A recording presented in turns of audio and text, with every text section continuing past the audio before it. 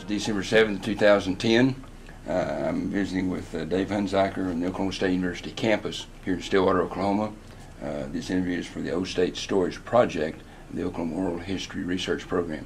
Dave, I know you got lots of things going on this week, and appreciate you stopping by and taking time from your professional duties to visit with us today. Oh, absolutely, my pleasure. You're highly visible and recognizable to Oklahoma State University alumni and fans as the voice of the Cowboys, and handling play-by-play for OSU football, basketball. And I want to talk about that. First of all, let's back up, Dave. I want to ask you a little bit about your early life. Sure. Where you grew up, your parents. Can you share some of that with us? Oh, absolutely. I grew up in Cahokia, Missouri, which is in the far northeast corner of the state, the furthest northeast county, as a matter of fact, adjacent to Illinois and Iowa. And I spent my entire childhood there. My parents, my father was the manager, sort of the business manager of a rock quarry, and my mother was a librarian and sold some things on the side. That was the first thing she did. And I had an older brother who was 3 years older and an older sister who was 9 years older. And probably, the unfortunate, probably the most challenging part of my childhood, without a doubt, was the fact that I lost my father when I was 12 to cancer. He was older.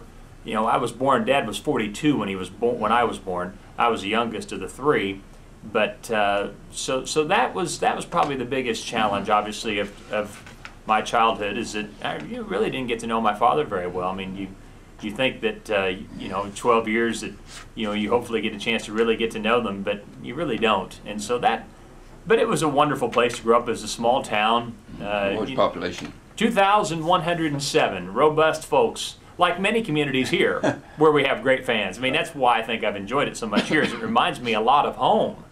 And so you could ride your bike anywhere, and we played ball all the time. Whatever season it was, we played. And so I guess it was not different than any other childhood, except, boy, did I ever have a passion for sports. I wasn't any good. That was the issue. So I had to figure out another way that I could stay with it, so I did this. But, even though Dad passed away, I can't say that I had, by any means, a bad childhood. Mom was great, and she was very strong for us, and let us do a lot of different things and try different things. And, for the most part, we had a lot of fun, did a lot of fun things, played a lot of ball. That's what we wanted to do. Well, what about school and community activities? What were you involved in? I played in high school. I was involved in, I ended up being a statistician for basketball after I realized as a sophomore I just wasn't good enough. And we had good teams. We had teams that won our conference every year. I played high school golf, although not very well. Ran cross country, not very good at that either.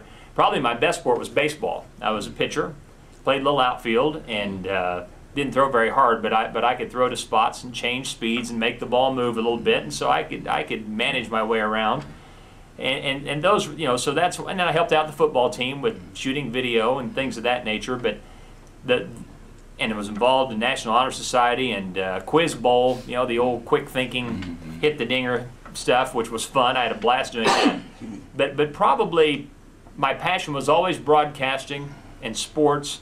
And when I was 17, before I got out of high school, I was able to do that. I got hired part-time at the radio station next town over, Memphis, Missouri. Well, let me beg and ask you about that. If I understand, you were 17 years old? 17. I mean, there's got to be a story. I mean, how did you... There is. How did you get... Well, first of all, let me ask you, back up that.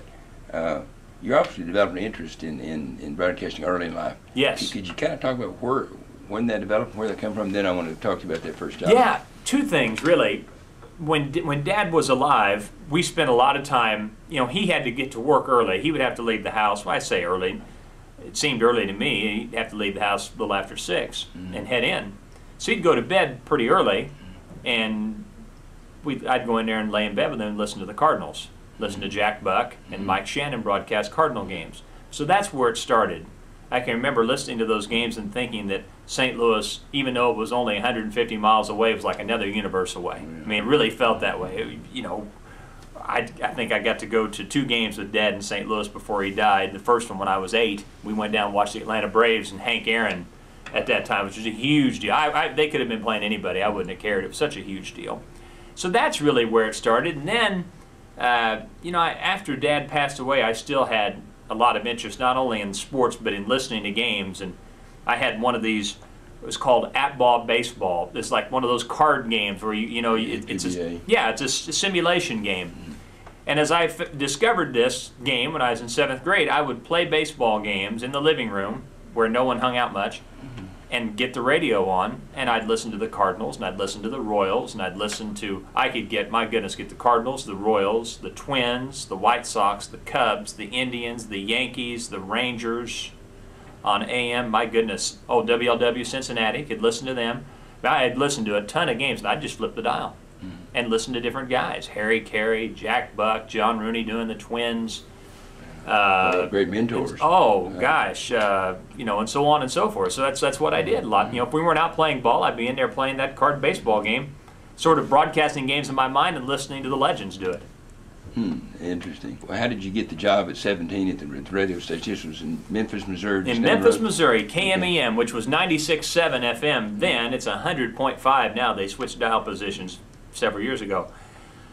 I knew one of the guys that worked up there was from my county. He was from a little town called Wyconda. His name was Rick Fisher. He was 6'8". That gives you a huge man, and a wonderful fellow. I'd known he and his brother were baseball players, and we'd become acquainted. He was much older than I was, but everybody knows each other in that place like that anyway. But we were acquainted with each other, and he knew I had an interest in broadcasting. So during my senior year of high school, that station had only been on the air about a year. It went on the air in 1983. So actually it had only been on the air less than a year, I guess, when I started working for them. They wanted some reports from Clark County sporting events that they weren't broadcasting. So this really started, I guess, in basketball. Did a little bit for football, but mainly with basketball, because they didn't broadcast all our basketball games. They usually would do our football game and a couple of others of the local high schools.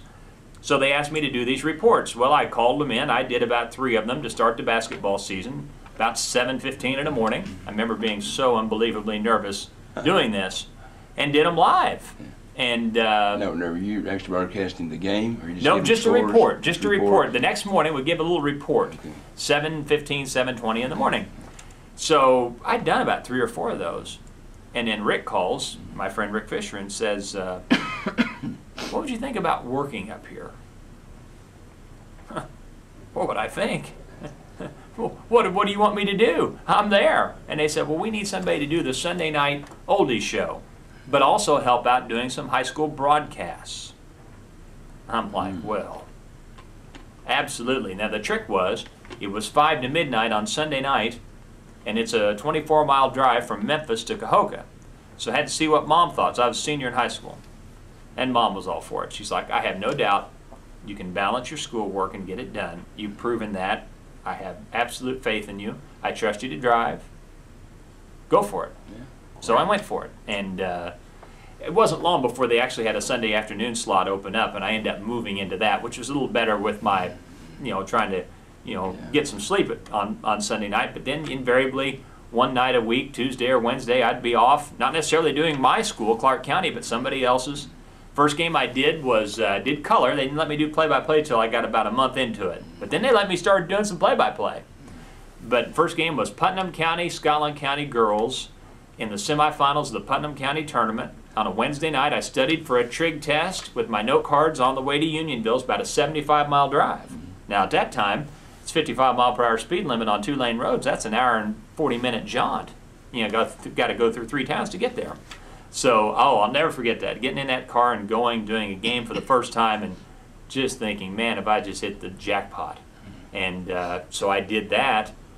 And I finished off high school, and then during semester breaks from Mizzou, I went back to KMEM and worked and started doing some news for them, covering school board meetings and just doing all kinds of stuff. It was a great small-town radio operation. I couldn't have landed in a better spot, especially for being in the middle of nowhere in Missouri, to learn this profession. But these guys, for another town of 2,000, they really did a good job running the station. So you graduated in the spring of 84 from high school, yes. And did you then enroll at University of Missouri that fall? Sure did. Okay. And why Missouri? Of course, it's your home state. Home state journalism school is as good as any on the planet. And great broadcasting program. Absolutely. And good thing is, it's right there, so it's in state. I looked into Northwestern as well, but I wasn't ready for Chicago. Chicago wasn't ready for me either. No. No. Got the swagger back. Yeah, I got the swagger back. And I'd grown up a Mizzou fan. So it was sort of like a dream come true. I could get the best education that you could get in my desired field, and I could go follow the teams I'd been growing up following for years. And I'd never been to a Missouri football game before I went to Columbia. I'd been to one Mizzou basketball game. Shoot. How much better could it get? Was Norm Stewart the coach at that time? He was. And here's a little sideline on that. My mother was born in Shelbyville, Missouri. She grew up with Norm Stewart. They were very close friends growing up in Shelbyville. They were same age. They spent a lot of time together growing up. Norm sent my mom a wonderful note when she was terminally ill with cancer in '99, and you know, it's not like they stayed connected. You know, Norm went his way and Mom went hers. But yeah, I went to Norm Stewart's basketball camp. The one game we did go to when I was a kid, we went down and visited with Norm a little bit, and so it was interesting, that connection. So the Mizzou blood ran pretty deep in our house, particularly with the ties to Coach Stewart and men's basketball. We were very, very passionate about following it. You didn't get many games on television, so there again, the roots of the radio career start by listening to Bob Costas do Missouri basketball on the radio, to John Rooney doing it, Kevin Harlan. I mean, that list of guys that did Missouri football and basketball is pretty amazing. I was very fortunate to get to listen to those guys, and hopefully a little bit of it stuck. I hope so.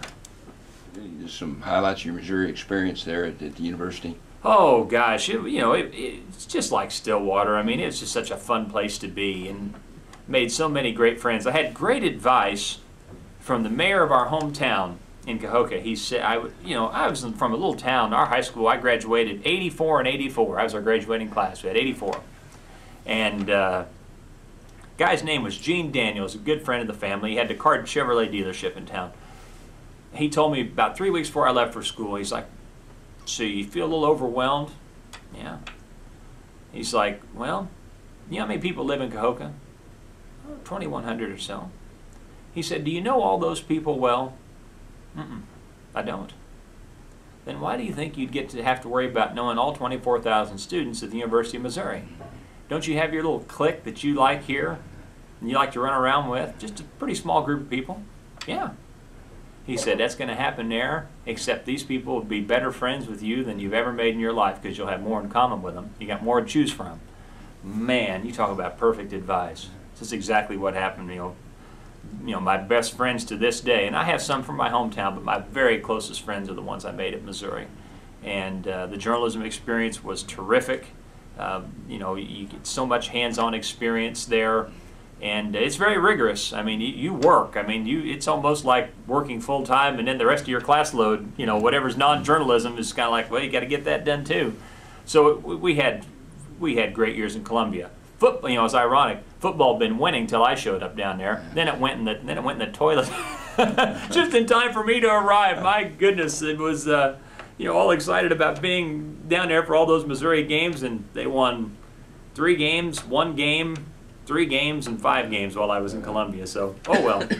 Well, what year did you graduate, Dave? 88, 1988.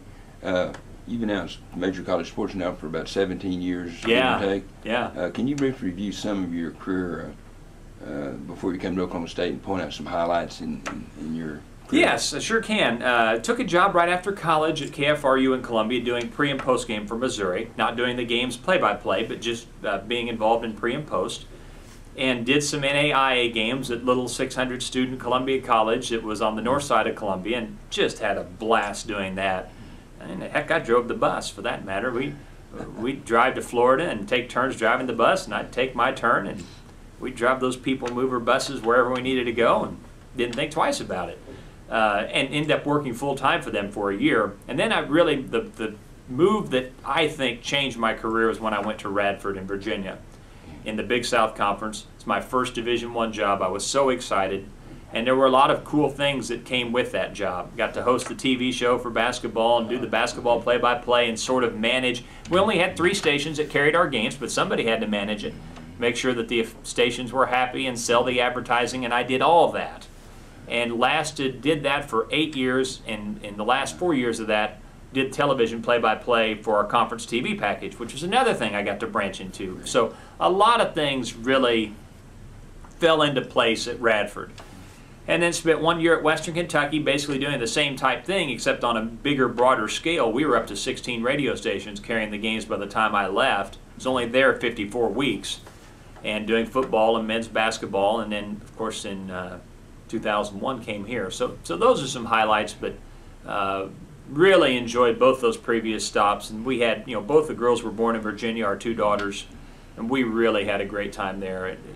We had a good team in basketball. We went to the NCAA once, but we had 20-win teams on a pretty regular basis. Wonderful people, just right in the heart of the Blue Ridge Mountains, and just so a beautiful place to live with terrific weather. And we had a ball there. I mean, as crazy as it sounds, we could have stayed there forever. But the university started to change, and you could see it became very unsettled, and you could see where athletics could be very negatively impacted. And so it became pretty clear to me, it's like, okay, it might be time to head to the next stop if we were lucky enough to find it. And Oklahoma State's the next stop. Is there a story about how you got to Oklahoma State? About how, yes. It's interesting how the whole Mizzou thing works. The 2 people that were most involved in getting me here, really putting me up at the top in terms of the list of candidates for the job after the accident, the plane crash, were Joe Castiglione, athletic director still at the University of Oklahoma, who I knew when he was an associate AD and later athletic director at Missouri, and a gentleman named Dave Hart Sr., who is the longtime athletic director at Missouri and commissioner of the Southern Conference. He was AD at Louisville. I got to know him when he was retired in Asheville, North Carolina. He helped Asheville host the Big South basketball tournament. And since I was the television voice, he involved me as the MC in helping them with some of their functions promoting the tournament. Well, we didn't really know each other before then, but we had all these Missouri ties. Well, what's ironic is that the athletic director who made the decision to hire me was Terry Don Phillips, whose first job in college athletics was at the University of Missouri with Joe Castiglione and with Dave Hart as director of athletics.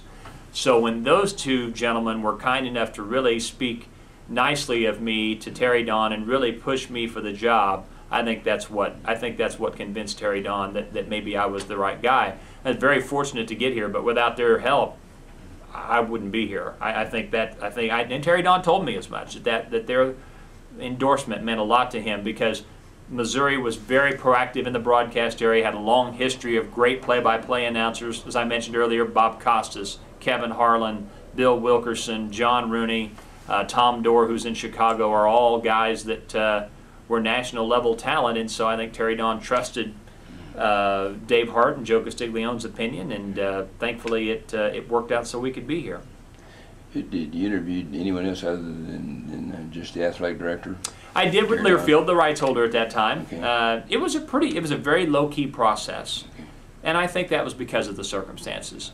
We were talking, 3 to 4 months after the accident. It's a very, very low-key process. And so I spoke to the Learfield folks, but really that was it. It was with Terry Don and a phone interview with some other administrators. Dave Martin, Senior Associate AD, sat in on that. I believe Steve Buzzard, who was the Media Relations Associate AD at that time, sat in on that. So it was very low-key. John Anderson, who's one of my dear friends from college, ESPN SportsCenter anchor and the host of that great Wipeout show on ABC, that game show, also was a big help to me in the process, because he knew people at Oklahoma State from his time at Tulsa in the television business. So that certainly helped and played a role in it. But it was a very, very low-key process, I think, just because of the circumstances. And you followed the person who preceded you was Bill Teagans. Bill Teagans, who died in the plane crash. Who died in the plane crash. What? So you got here in, what year was that? 2001. 2001. What surprised you the most about Oklahoma State University? I'll tell you the thing I didn't know that really got my attention. I don't know if I would say it was surprising, but got my attention is how wonderful the people were from day one, from absolute day one. How supportive they were of myself and my family given the circumstances of our arrival. How just doggone nice they were. I mean, let's just call it what it is, just how unbelievably nice they were. I don't know how many plates of cookies ended up at our house when we first moved here. just from people that lived in the neighborhood. Just what a wonderful place, what a family it was. You know, we thought it was like that at Radford, but it wasn't anything like this. We were at Radford 8 years. And just how it really seemed to be a place where I felt pretty comfortable right out of the gate. Because again, a lot of the people reminded me of the people I grew up with back home. And I had, you know, what place I think very fondly of. And so I think that's what probably caught me by a little bit by surprise, is just, wow, these people are just unbelievably good people. This could be, if I can do the job well enough and survive it, this could really be a neat place to be. Hey, what, you know, you've been here, it's going on your 10th year now? Yeah, it's 10 years. Yeah, it's time flies. How about that, yeah. What, just general, can you share your general assessment of the OSU athletics program currently and where you think it's going? I'll tell you what, when I got here, it's mind-boggling to think about how quickly things have happened in 10 years. When we got here, football was unfortunately in one of its reeling times. I mean, we just made a coaching change. Bob Simmons had been let go. Les Miles had been brought in, so we came in at the same season. I mean, football stadium was, you know, it's what they called it, you know, Russolium Stadium, whatever you want to call it. Need a tetanus shot to go in, et cetera, et cetera. But you knew there were a lot of people who had great passion for this place and wanted to see it succeed, and at the top of that list was Boone Pickens. He wanted to make this thing click and take this football program, an entire athletic program, to a new level. Then you just started to see it happen. And it all started, I really believe this, is when the Cowboys, with only 3 wins and a 27-point underdog in the regular season finale in Les Miles' first season in 2001, go to Norman and knock OU out of the national championship game with a last game of the regular season 16-13 win. That's the game, to me, that changed everything, because I think it convinced a lot of people. And it may well be something that helped convince Boone. This could happen. This could happen. It could happen sooner than we think. And it just brought great pride to our fans and our program, and that we could, you know, buck up to the Sooners at their best and beat them on their home field. Never been done. I don't know if it had ever been done before. Not in those circumstances, to beat them on the road, knock them out of the national championship game. I don't know that that ever been done before. Been some big games and some big wins. I don't know if there'd been one like that. Well, then we come back the next year, get hot at the end, go to a bowl game, everything's moving along. Next thing you know, next level campaign. Boone Pickens, with his incredible generosity, as these things typically go, others jump right in and fall in line. And Dave, the next level campaign was for for the stadium. Yeah, for the football stadium campaign. We'd already refurbished Gallagher-Iba, and it was just gorgeous. So we had that piece done. Then it was all about the football stadium. And oh, to even think back. When we fly to basketball or football games, if I get a seat on the right side of the plane, I can get a great view of the stadium from the air. To look down at that horseshoe, the Gallagher-Iba Arena at the end of the horseshoe, the open end, and think about what a magnificent yet very unique and charming place we have to play. It's just mind-boggling to think about where we were and where we are now. I'm not sure there's a venue that has more charm in America than our place. I said before the first broadcast of this season, we play in the Wrigley Field of college football. Where else do extra points ricochet off the basketball arena? You got 2 churches within a block, so if you're to get too wild at the football game, you got a place where you go to Catholic confession or go over to the Christian church, you know, settle the score with the highest authority and the person that's, you know, the person that's most important. You got convenience store. I mean, it's right here in the middle of everything. There's no place else like that. And then the brick is just gorgeous. I absolutely love the charm we have. It is so unique and is absolutely fabulous. So what's happened to our athletic program? It's skyrocketed. What's happened to our mentality? Les Miles, we sat in Mexico Joe's here in Stillwater 2 weeks after I arrived. I said, Les, what's the biggest challenge you face in this job? He didn't even hesitate. Creating a winning mood. He did that. If he did anything for this program, he did lots of things, but the biggest thing he left us was creating a winning mood, an expectation to win, no longer hoping to win, but expecting to win. We'd done that in wrestling. We'd done that in men's golf. We'd done that in men's basketball and some other sports on occasion. Baseball, certainly, we had done that. But we'd never thought that way in football. Well, that's changed now. Now there's an expectation of success. We have the facilities, we have the pride, we have the support. It's that's a long answer to your question, but it has been an unbelievably quick revelation, a real renaissance in our athletic program. Sort of a wrap to that question, what do you think the strengths of the OSU program are currently? Oh, the facilities are out of this world. The football facility is unmatched in America. In fact, we've had lots of people come in and say that. I know Jerry Jones felt like when he had a chance to come through here and take a look that it was the best locker room facility in American football, college or pro. And Barry Switzer issued the warning, the longtime Oklahoma coach, that in a group of people in Tulsa a few years ago, that, you know what, if you're an Oklahoma fan, you need to be scared, because it's coming. And it's coming quick, and it's coming from the people you hate the most down the road in Stillwater. If you're not scared, you might want to start getting that way, because I've seen it firsthand.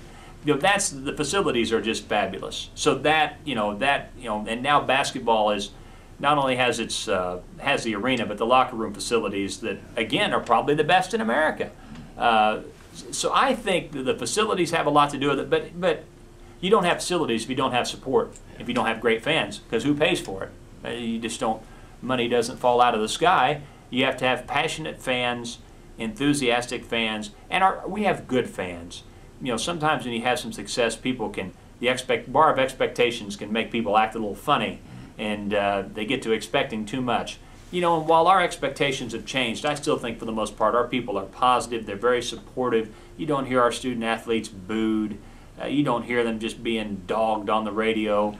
Our fans are very passionate, very supportive, and they've done it not only by buying tickets and wearing their orange, but they've done it at times where they've had to reach down into their savings account or into their retirement accounts and say, I believe in this.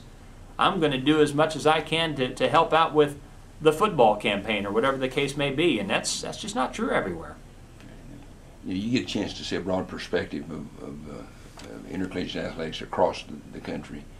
Do you see any ways that you think OSU's going to need to change or do differently in the future to continue to have success and achieve greater success? Yeah, I think probably the biggest thing is that the football fan base will just have to continue to grow. And we're sitting the 40,000 range in season tickets. I think the day will come where we'll really need to fill all 60,000 seats. And I think that day will come. It will require a longer run of success even than what we have right now. We do have a limited population base in Oklahoma. It's not like we're a state like Ohio or Illinois that has a huge population base to pull from. There's limitations on the numbers, but I still think there's enough. And that's true in men's basketball as well.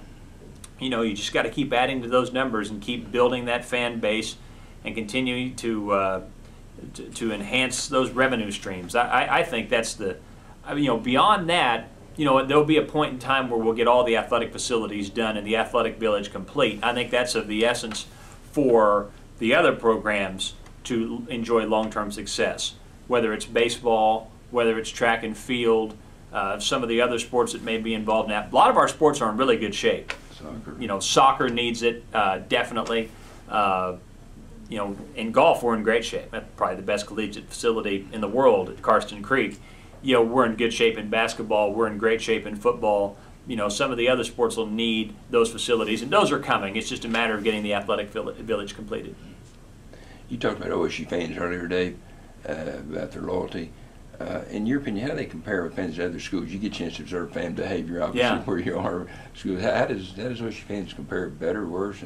I think they're better. I think people that have come here to games would tell you that they're really just kind of blown away by how nice people are. You see these letters to the editor in the newspaper from fans from other schools. When Georgia came here in 2009, the season opener, 2 top 15 teams in the preseason going head-to-head. Biggest game in Oklahoma State history at that time as regular season games go, in terms of the preseason hype, et cetera, et cetera. And their fans were just blown away. We can't believe how nice these people are. And that's consistent. So I think that's as much of it as anything. Our fans treat our visitors with a lot of respect. You don't hear our fans cussing the other fans, or you don't hear them just, really being obnoxious. They're very supportive of our team, but they're also very considerate and respectful of the visiting fans as well. And the loyalty is there. Again, it's a positive fan base. You don't get a whole lot of negative stuff. but that's not true everywhere. People in other schools can really jump on the negative side in a hurry if things look like they're going downhill. We won't name names. No, let's not get into all that. But sort of another one of these from your perspective question. You have the opportunity to interact with media, officials from other schools across the country. How do you think OSU sports program is perceived externally, say outside the state of Oklahoma, by other schools and other programs and other people? It's interesting because I don't know that we ever get the credit we deserve. I don't think if you asked even most ESPN Sports Center anchors the question, where does Oklahoma State rank in terms, they would have no idea that we won 50 national championships. They would have no idea. I think we're a little bit undervalued. Football is helping to change that because I guess when it all comes down to it, that's the one that people pay the most attention to. So the rise and the consistency of the football program, as we speak today, a record 5 consecutive bowl appearances for Oklahoma State, I think that's helped change things pretty considerably. And Eddie Sutton deserves tremendous credit for giving a lot of national attention to Oklahoma State and really starting this process where the image of our program was enhanced. Not only was football struggling in the early 90s, but basketball was right there with it, just not able to get over the hump. Coach Sutton comes back to his alma mater. The winning starts immediately. Final Fours, 2 of them, 95 and 04. That's what really triggered, from a national perspective and the enhancement of the image of Oklahoma State athletics. I think the modern situation we're in now, the modern perception, which is greatly enhanced, it all started with Coach Sutton. He's the one that started that process back, I guess it would have been the early 90s. Dave, could you kind of do something with me? Yeah. Take me through a typical week of preparation for a football game. How do you prepare for the game day duties, all the activities, the interaction with the coaches, the media? Could you just sort of take me through a week and what it's like? Absolutely. And it's about, it depends on the week. It could be 25 to 35 hours to get ready for a football game. And I'll start on Sunday with some initial reading and maybe put a few things on a chart. I have a spotter chart that has offense and defense on it and has the players in their proper positions so I can refer to it during the broadcast. And then Mondays, there's a little bit more work on that chart. We have Media Day on Mondays where we have interview opportunities with players and Coach Gundy and so forth. Tuesdays brings more chart work and more reading and research and practice on Tuesdays to see how the team's doing, and Coach Gundy's radio shows on Tuesday night where fans can call in.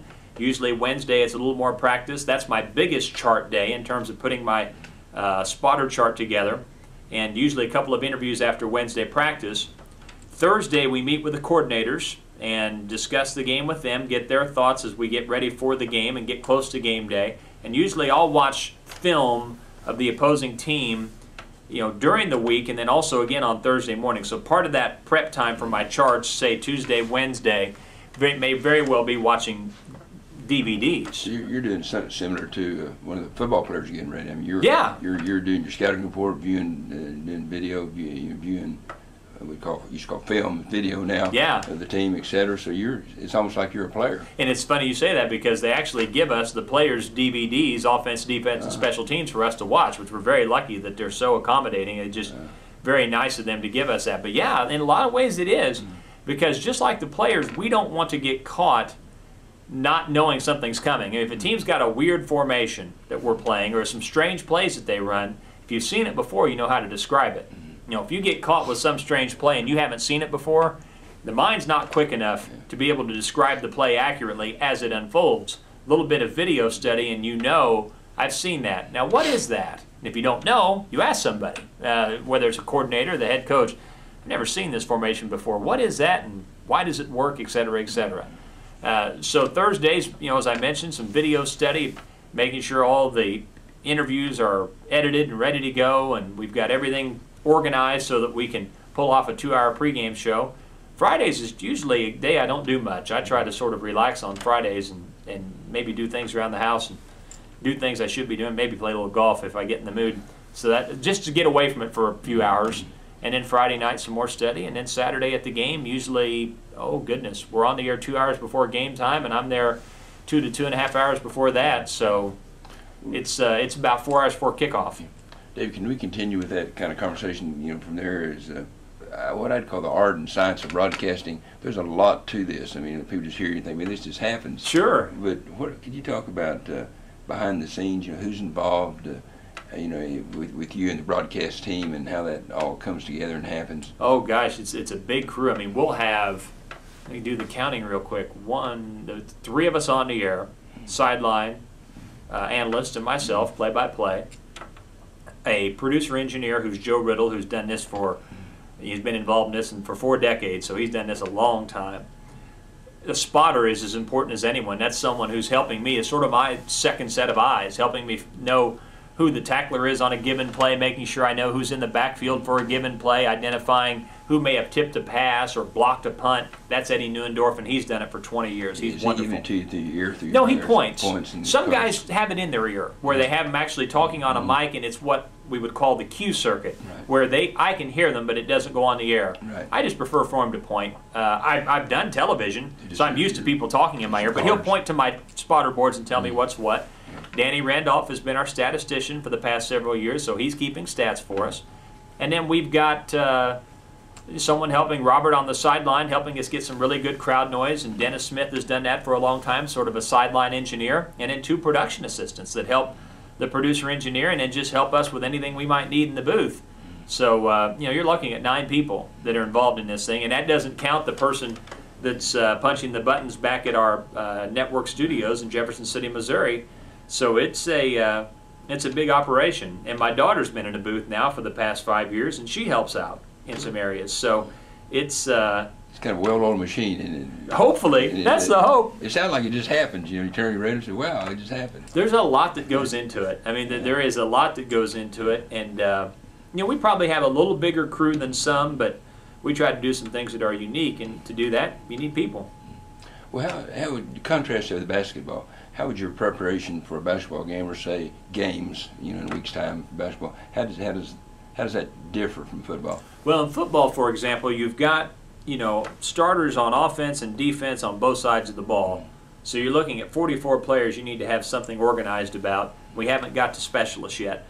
Basketball, they may play, you know, 9 guys may actually play for each team, so the number of players involved is considerably less. And there's not as much dead time in basketball. The game sort of calls itself in basketball. It's a 10-hour preparation, probably maximum, because you don't need to know that many players. There's not a lot of dead time. Now, you still want to have a scouting report. You still want to know what's going on.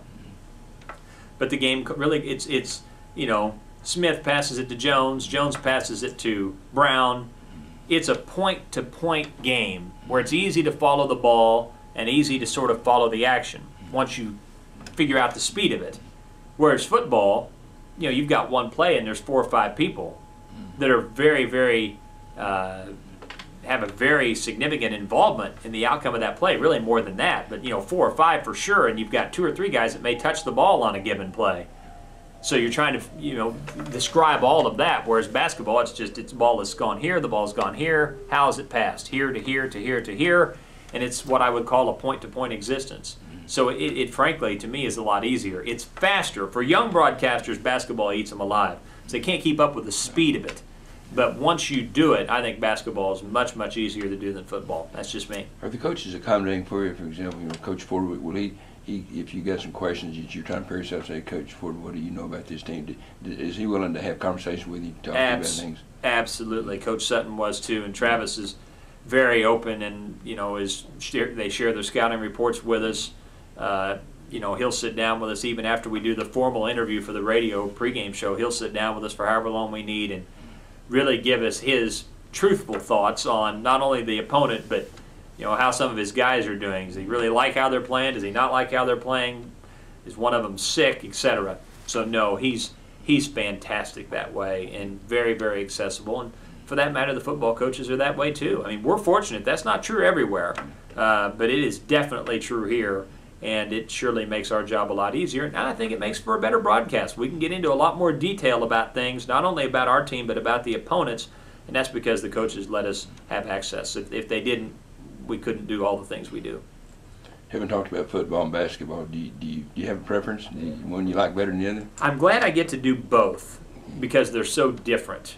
I've done a lot more basketball than football, because we didn't have football at Radford. So I went 8 years without doing a football game, which was a long layoff. But when I went to Western Kentucky, it came back faster than I thought. I was afraid it might. I was a little bit concerned, but I guess if you do games, you do games. I mean, and so you get better as you go along in any sport. But if you've done it, you've done it. You can usually jump back on the horse pretty quickly.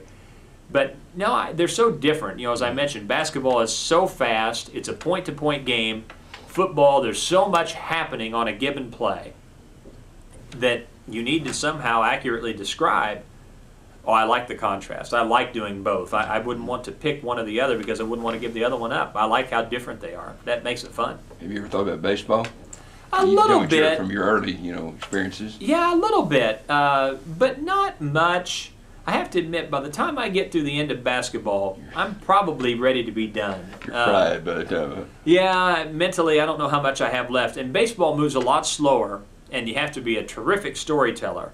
And I think what happens is by the time you get to a football and basketball season, boy, I think to do baseball you have to be really, really mentally on top of your game, especially because there's so many games. In the college season, 55, 60 games. So much filler time, isn't it? Oh gosh, yes. And all the action really occurs between two people, pitcher and the catcher, and then a lot of things to talk about beyond that. So it requires a ton of preparation. People wouldn't think that it would, but oh goodness, you've really got to prepare for it.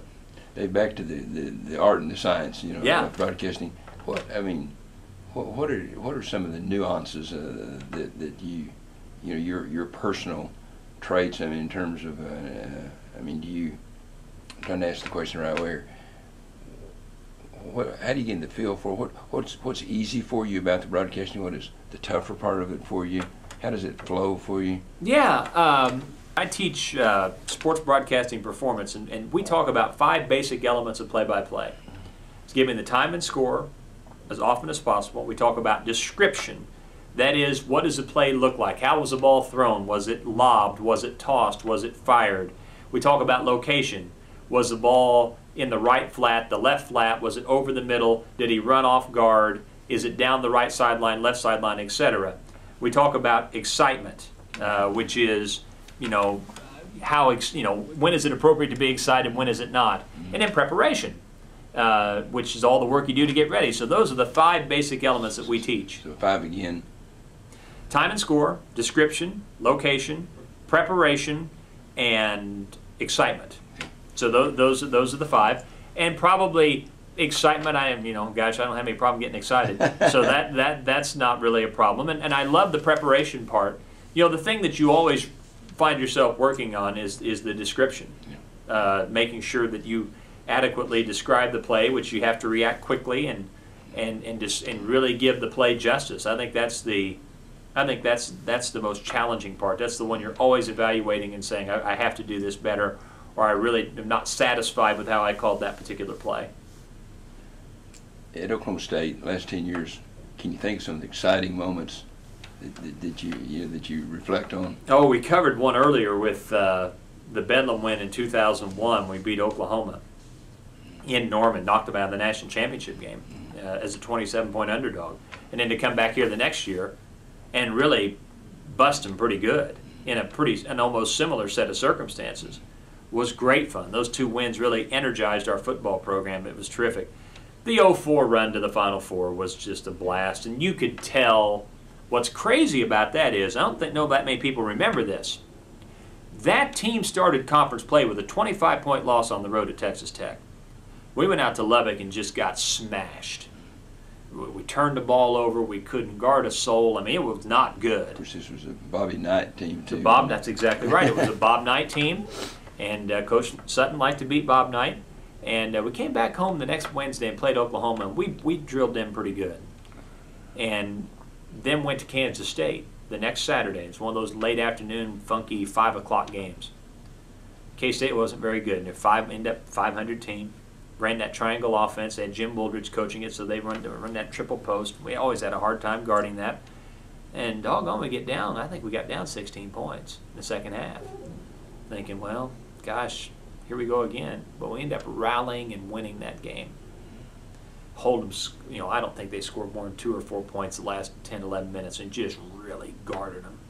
and then went down to Texas and beat Texas on the road. Well, then all of a sudden it's like, uh-oh, here we go. You know, a couple weeks later, go to Iowa State and do something you never do. You go up to Ames and beat them by 20 points on a Saturday afternoon, come home, beat Kansas by 20 on Big Monday. Bill Self's first return game to Stillwater as OSU graduate head coach of the Kansas Jayhawks, and came in here and clocked them. I mean, we just smashed them. That was great fun because you just felt it. I mean, about the end of January, it's like, oh, wow, this is going to be something special. This team has really got it going. And to beat St. Joseph's on a shot in the last 10 seconds in the Elite Eight to get to the Final Four, beat 4 conference champions to get to the Final Four, which is as tough a path as you can go through. It was great fun. And the recent success in football has been great. The win at Missouri, which was a huge deal in 2008, beating the 3rd-ranked team, depending on who you believe, the 2nd-ranked team in the country on their home field, was the big game, I think, that got Mike Gundy's program really ratcheted up a notch. I mean, been to bowl games the previous 2 years. That took us to where we are now, which is a regular member of the top 15 in America. So that was, that was certainly a highlight, especially being my alma mater. I like to beat those guys. It doesn't bother me a bit to go up there, as I know where my allegiances are now, and so it's kind of a pride thing. I like to go up there and win. To beat them when they were ranked so high, that was a lot of fun. So we've talked about special moments, special memories. Have there been some embarrassing moments, some humorous moments? Oh, goodness gracious! For you as a broadcaster. Oh, where do we start? Well, I didn't take the headsets to Colorado one time, the microphones. That was a problem. So Joe Riddle was our producer engineer, and we'd split the gear up. I think he needed to get back to Tulsa to go on the radio early the next morning after a game. So I said, let me tear down the equipment. I'll pack it up and take it home. And then I'll just bring it to the bus to go to the airport to Colorado. So we have to show up Saturday, and we get on the plane. We fly out to Boulder, and Sunday afternoon game. So it's Saturday, and we went out there. Joe's setting up Saturday night at our practice at the event center in Boulder. He looks around and says, Dave, where are the headsets? They'd be in Stillwater, Joe. Well, how do you propose we're going to get to do a game on the radio if we don't have any headsets? Well, thankfully, Mark Johnson, the voice of the bus, is a dear friend. Called him up. MJ, you got any headsets we could borrow? Because I left ours in Stillwater. And he's like, oh, yeah, no problem. I'll bring them to you tomorrow. So we dodged that bullet. Oh, there's all kinds of, gosh, there's all kinds of things. Football's on air, anything like that. Oh, there's all kinds of things that happen on the air that are funny when instead of a fresh toasted sub at Iowa State, we were up at Iowa State Gundy's first year, and we were really struggling. Won 4 games. We had 2 or 3 games with 7 turnovers in football, and this was one of them up in Ames. And so we're kind of grinding through the 4th quarters. We're way behind. It's a Subway fresh toasted stub. Not a sub, a stub.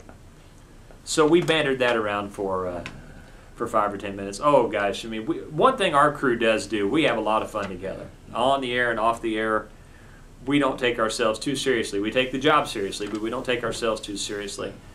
So those are 2 that come, I'm trying to think of any others that come immediately to mind. Those are the 2 that I think of probably the most often. Flubs or stubs, huh? Oh, yeah.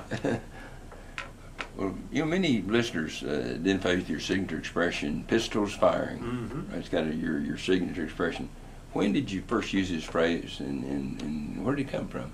Well, it was just for fun. I just decided to throw it out there just to see if it stuck. It was the 2nd game of my career. And we're playing Louisiana Tech. We'd lost the first game in 2001 at Southern Miss, 17-10. So we played Louisiana Tech. Well, that game we had a lot more scoring. So I just sort of threw it out there. I just made it up, just threw it out there and thought, well, I'm going to try this, just see what happens. Had you thought about it before the game? Oh, yeah. I'd thought about it. And, well, let's just throw it out there and see what happens. Why pistols? I mean, just... Oh, the whole pistol Pete Cowboy thing. Mm-hmm. It just seemed like a natural tie-in. Yeah. So let's just throw it out there. Well, people liked it, so this we keep doing it. Louisiana Tech game in Stillwater. September of 2002. 2002. So or 2001, excuse me. 2001, okay. So just for the record, when it was first used, we know now. Yeah, I think it was September 6th or 5th, somewhere in that time frame, or actually later, September 10th or 11th in September of 2001. Dave, you talk about Pistol Pete, and speaking of Pete, you know, actually, you know, she has two sports symbols, if you will, now. And I say symbols because they're more than just mascots, you know, Pistol Pete and Spirit Rider. Oh, absolutely. They're still Pete, you know, primary, but why? You've had a chance probably to observe this kind of as an outsider, and part of it now is one of us after 10 years. Why is Pistol Pete so popular, and what do you think Pete symbolizes for OSU alumni and fans, and what endears him so much to him? Oh, I think he's so unique. I think that has a lot to do with it. I mean, there's nothing like him in America. I mean, with the, you know, the big head and all the appropriate cowboy gear that goes with it, and the fact that he shoots a gun. I mean, and nobody else out there doing that. I mean, you've got some riflemen, mountaineers at West Virginia and so forth, but there is nothing like Pistol Pete. And I think he really symbolizes not only the history of Oklahoma, but really I think the perseverance and the, you know, just the hard-working spirit of Oklahoma State people. You know, as a land-grant institution, you know, that really is who we are. I mean, that's what any land-grant institution is that you think of people, you think of people that are farming, ranching. They're farmers and ranchers, but they're hard-working, good people, because that sort of is the tie-in.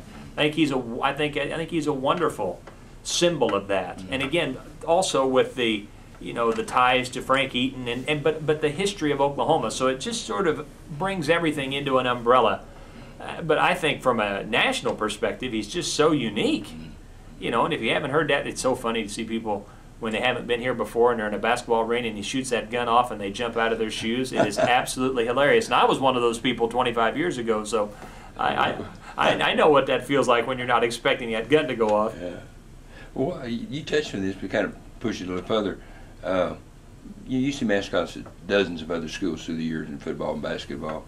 You know, you see, but how's Pete different from a Wildcat, a Husker, a Buffalo?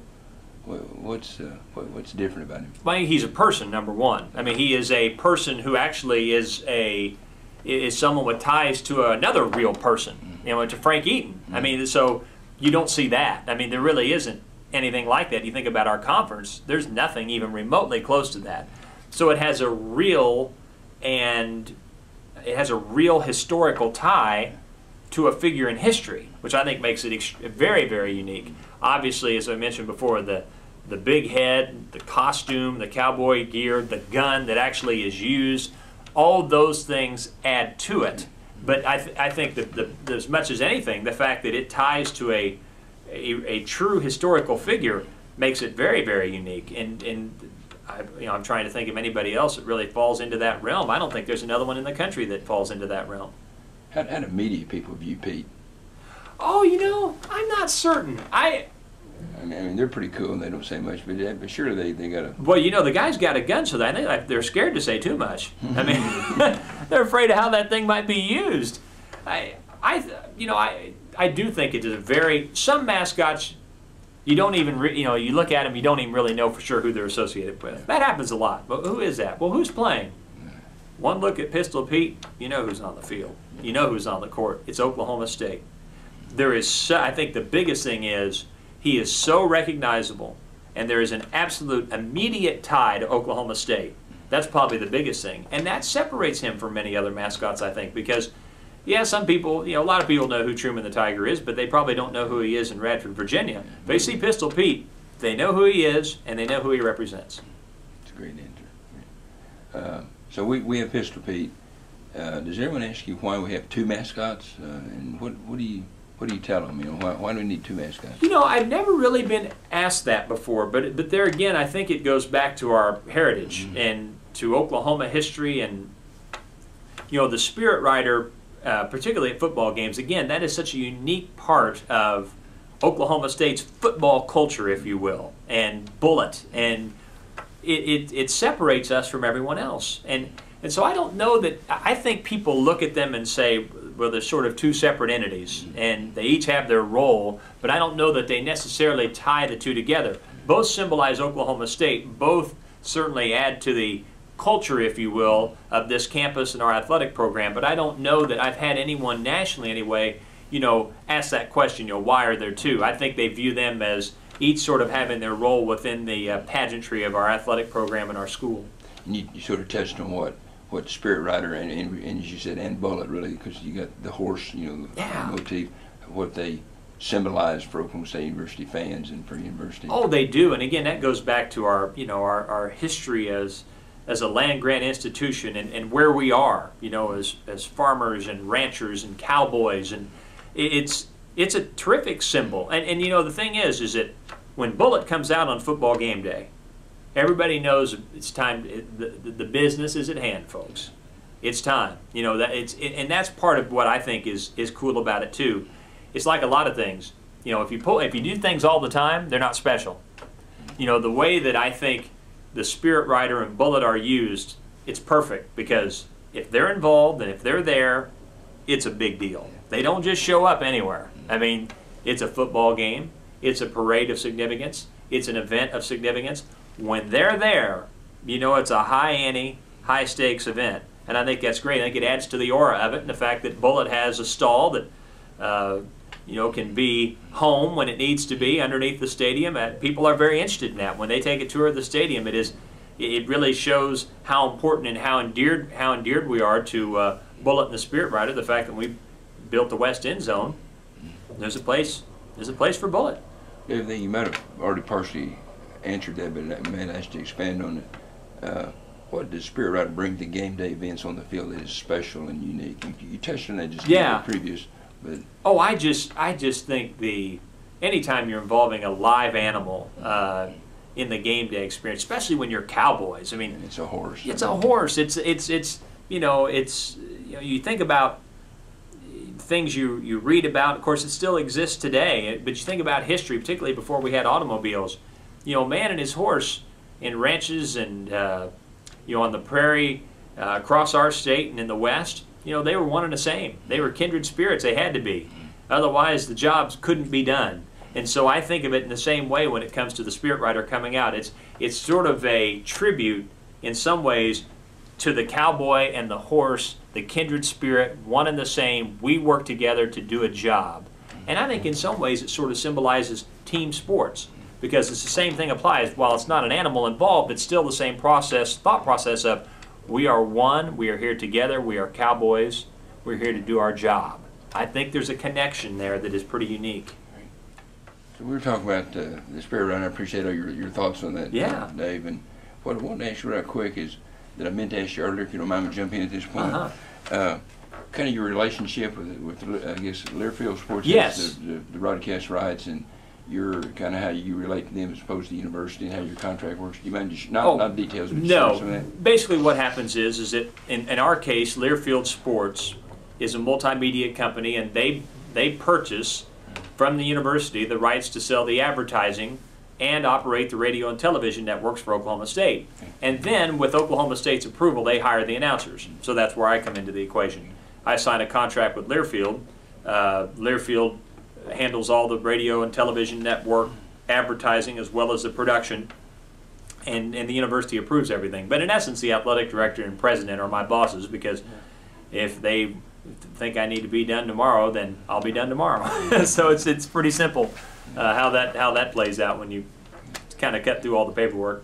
And Learfield has the contract for basketball and football. Yes, they do. They have the entire athletic department rights, and we'll have. This is year 2, and the contract spans 10 years, so they'll be here for a while. Interesting issue arose a few months ago, last summer, called conference realignment. Oh gosh. Well, how do you feel about these recent alignment issues, and has it really been resolved long term? I'll be honest, I don't think it has. I think in 4 years, 3 to 4 years, we'll be right back where we were. And at the core of the problem in the Big 12, we lost Colorado and Nebraska, has been to a large extent television money and how it's distributed. Because from what I understand, the split of the television money in our league is more lopsided than it is in any other conference. And the amount of television money has not been as high either. For example, last year, which would have been 2009, I guess it would have been, Missouri, I believe, was 3rd or 4th in our conference in television appearances, and I think they made $10 or $11 million of television money. A few years ago, the Big Ten Network was instituted by the Big Ten Conference as a television network, which shows games and other programming promoting their member schools. Indiana was a terrible football team in '09. They got $22 million revenue. So that's a $12 million difference between a team that was flirting with a BCS bowl near the top of the league and one that was at the bottom of the Big Ten. So they managed to find a way to get everybody to come together and get on the same page for a while. I think it's just a matter of time before it happens again. I think the issues are still there. I think we've buried them. And I know Mike Holder, our current athletic director, feels that way. Another 3 or 4 years, we'll be right back where we were. I think the key for us at Oklahoma State is, are we still in the position of being attractive to other conferences as we were this time around? The Pac-10 offer was in our hands. We could have taken it had we chosen to do so. The trick with that league is they've added 2. They've added Utah and Colorado. If they go to 16, there's only room for 4 mouths at that table. Well, here are the mouths that need to be fed should we go through this again. Texas, Texas A&M, Texas Tech, Oklahoma, Oklahoma State. That's 5. There's 4 spots. Would someone go to the SEC?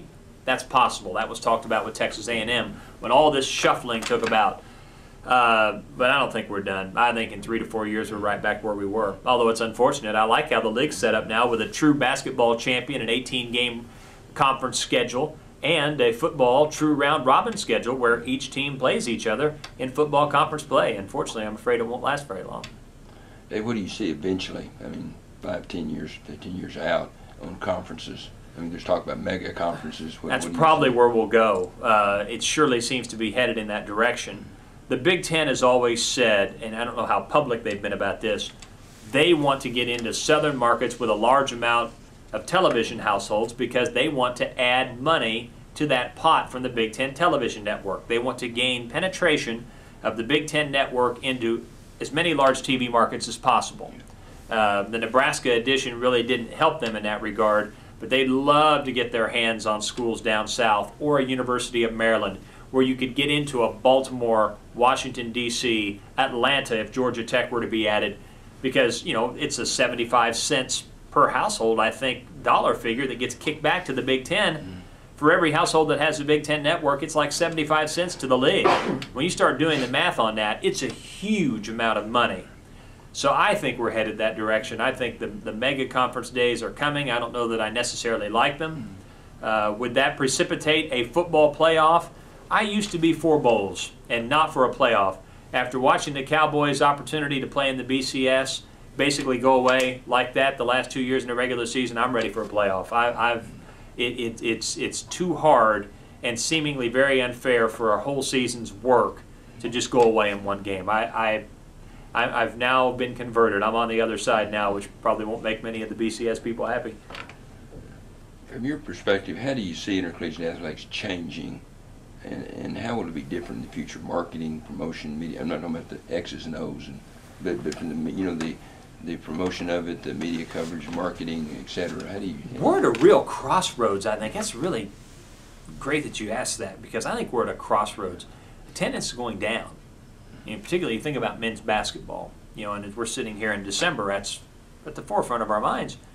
Attendance is down across the board. We are in a marketplace of instant gratification. If you want information, you log on to the internet, you get whatever you want whenever you want it. Now games can be distributed on the internet. Game broadcasts you can get on your phone, on video.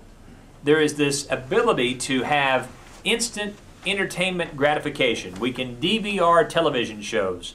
My kids do that. A Disney show they want to watch, well, shoot, the DVR is set to record every single one of them over a week, and they can go back and watch them whenever they want. Back in the 1990s, even the 1980s, you may not have even had cable television. If you did have cable TV, there may be a lot of nights where there was nothing on TV you wanted to watch. And you didn't have the internet to get on the computer and entertain you if you didn't like what television was showing. I think college sports will have to become more like pro sports in their approach to marketing and their creativity and making it about more than just the actual contest. It's got to be an event. It's got to be something that will get people away from their DVRs and their television, their high-definition television sets and their computers, and make them want to come to games. Otherwise, it's just too easy to sit at home. There's too many options for entertainment. Could you sell those games through those outlets you're talking about? Oh, I think you could. As opposed to a person not being here in the seats in the stadium, is there opportunity for conferences and individual schools to then sell that to their fans? I think one way or the other there's going to have to be a revenue stream that way. Otherwise, the financial hit that everyone takes by the lack of folks in the seats, not only in terms of ticket sales, but in terms of concessions, parking, things of that nature, becomes a major hurdle to overcome. You've seen some of that. I think you'll see more of it because college athletic departments need to generate money. You already see it in professional sports, and you see some of it going on in college sports as well, where you can pay for content. I think the quality and the number of events that will be offered in that quote-unquote pay-per-view type environment will just continue to grow, and it'll become a revenue stream. Right now, I think we're just getting started. You know, advertisers have grown a little more comfortable in buying advertisements on websites. It's such an unknown entity because you don't really know for sure how many people are seeing your message. You may know how many hits something is getting, but it's a little hard to measure, I think, how many people actually see it. Whereas on television and radio, you have ways to measure that. But I think, yes, I think they'll have to develop revenue streams in those areas because I think the hit that they'll take from a ticketing standpoint will probably be substantial. There's just too many choices. Favorite OSU memories, particularly of coaches, former student athletes in your mind, not just the All-Americans, just there's been some, in your mind, special coaches, student athletes that your 10 years you've been here that you think about? Oh, Coach Sutton was just wonderful. He was so good to me, especially under the circumstances, and to sit in those practice sessions and learn the game. I thought I knew basketball, then I came here. And to watch him teach the game in parables, really. I mean, he really taught the game in parables. He took what could be a very complicated game and made it simple. And parables just would tell them stories or how? Yeah, for example, if you're on the opposite side, the play's over here, you need to walk your dog. Well, what he meant by walking the dog is you don't stand still on offense. You sort of move back and forth on the court so that the defender guarding you can't cheat over and overplay the play that's going on the other end. Because if he has to honor what you're doing there, if you were to back cut him and go to the basket, he isn't paying attention, it's a layup. So you got to keep him occupied. So that's one that I always, Walking the dog. Well, yeah, you got to walk the dog. Those types of little sayings, but they were effective. And attention to detail, all the basics of the game. I always told people, you go to a few Eddie Sutton practices, and even if you were 10 or 11 years old, just by sitting there and listening, you could improve tremendously. Because you understand that it's as complicated as you want to make this game in basketball. It's all about the details. I mean, it's about being fundamentally sound, handling the basketball, being in a triple threat position, staying down and guarding people defensively, understanding help defense, all those things. I mean, they're really pretty simplistic thoughts, yet he gave them great detail, and as a result, we could execute to perfection. So that was, just had a blast with that. I always enjoyed. Travis Ford was that way too, but you give him an opponent, and he could come up with a doggone scheme to drive him nuts. He could come up with something. He was an innovator. He spent a lot of time studying the NBA. Very fascinated by the NBA. So a lot of the things that we did on offense and defense with Travis coaching were based on concepts derived from the NBA. Some of the game plans we had, my goodness. We beat Kansas State in Manhattan. They were ranked in the top 10 in America. We just lost our starting point guard to injury. We had some great schemes for that game. We had a 1-3-1 three-quarter court trap defense that Travis created himself. The other teams had run it, but not the way we ran it. As I asked him afterwards, I said, "Where did you get that?" He said, "Well, actually, I came up with that." So where we trapped and how we guarded certain things, it drove Kansas State completely crazy. They couldn't figure out how to attack it. We beat Kansas in Gallagher-Iba that same year. They were ranked #1 in the country. We had a great scheme. So he was a guy that could, my goodness, you look at a game and say, well, no chance. he'd scheme something up defensively, and the next thing you know, you're right there. So he was fun. Mike Gundy was a great coach, and also a guy that was an innovator. The thing about Mike, though, was as he grew and added years to his experience coaching, he understood that the best thing you need to do as a head football coach is surround yourself with the right people. I mean, as we sit here in 2010, he probably has one of the top 4 or 5 coaching staffs in America. But he came to understand, and also the fact that maybe it would be best if he didn't call the offensive plays. That's what he did. I guess it would have been his first 5 years as head coach, as he was the play caller. And so he gave that up. And as a result, he could coach effort. He could monitor the team's mind as the team went through some tough stretches of games, and it probably helped us win some games here in 2010 because he was able to monitor the mood of the team in tough times. So he was, and Les Miles, as I mentioned, really created a winning mood here with, you know, he was ready to take on the Sooners and smack them in the mouth, and he didn't care how hard they hit back. He's going to let them know, I'm going to hit you. And if you want to hit back and knock me out, that's fine, but understand, this fist is coming at you. And our fans took on that mentality. We got knocked out a couple times in that process, but it gave our fans the thought and the mood of, don't back down. Don't bow to them. Don't kiss their rings. We'll rear back and hit you. Now, you may hit me back harder, but I'm going to hit you. And that was a huge change in how we thought. Oh, in terms of athletes, my goodness. You know, of course, all the great players were fun. I loved Andre Williams because he was such a unique character. He was on the team when the plane crashed. He was a guy that thought outside the box. And he always used to like to give me a hard time about things. And he would sit up in the front of the plane. The other players would go in the back of the plane. We'd fly to basketball games. Andre'd sit in the front with Joe Riddle and I and visit. And we had a funny story. I'd like to listen back to the games. We get on the plane to go home to evaluate my work. So I'd done that coming back from A&M. The next game was at Nebraska. And as we get on the plane, Andre sits up front. He looks over. Hunziker, you going to listen to that game all the way home and ignore us? I said, no, as a matter of fact. And I don't think I'd ever foul out in 8 minutes of play either. So I still zing him with that one from time to time. So he fouled out in 8 minutes in Lincoln that night. So he was a favorite. There are many, many others. Gosh, I love the Graham twins who were on the Final Four team. They were such delightful young men. They were so good to kids. They were great with my daughters. They just adored Joey and Stevie. Tony Allen, the epitome of toughness. I mean, and I love Chicago basketball anyway, having watched a lot of it growing up in North Missouri. We get the Illinois State basketball tournament on TV, so I had a special admiration for the Chicago guys. So they were great, great fun. I was really happy that Byron Eaton and Terrell Harris had a chance to play in the NCAA tournament because of the rough years they went through here. And I had a lot of admiration and respect for Sean. He was a wonderful person to deal with media-wise and a terrific offensive coach. I mean, if you had to draw up a play at the end of a game to win it, you pick 4 people to do it, he'd be on the list of 4 that you'd say, hey, I want him to draw up the play.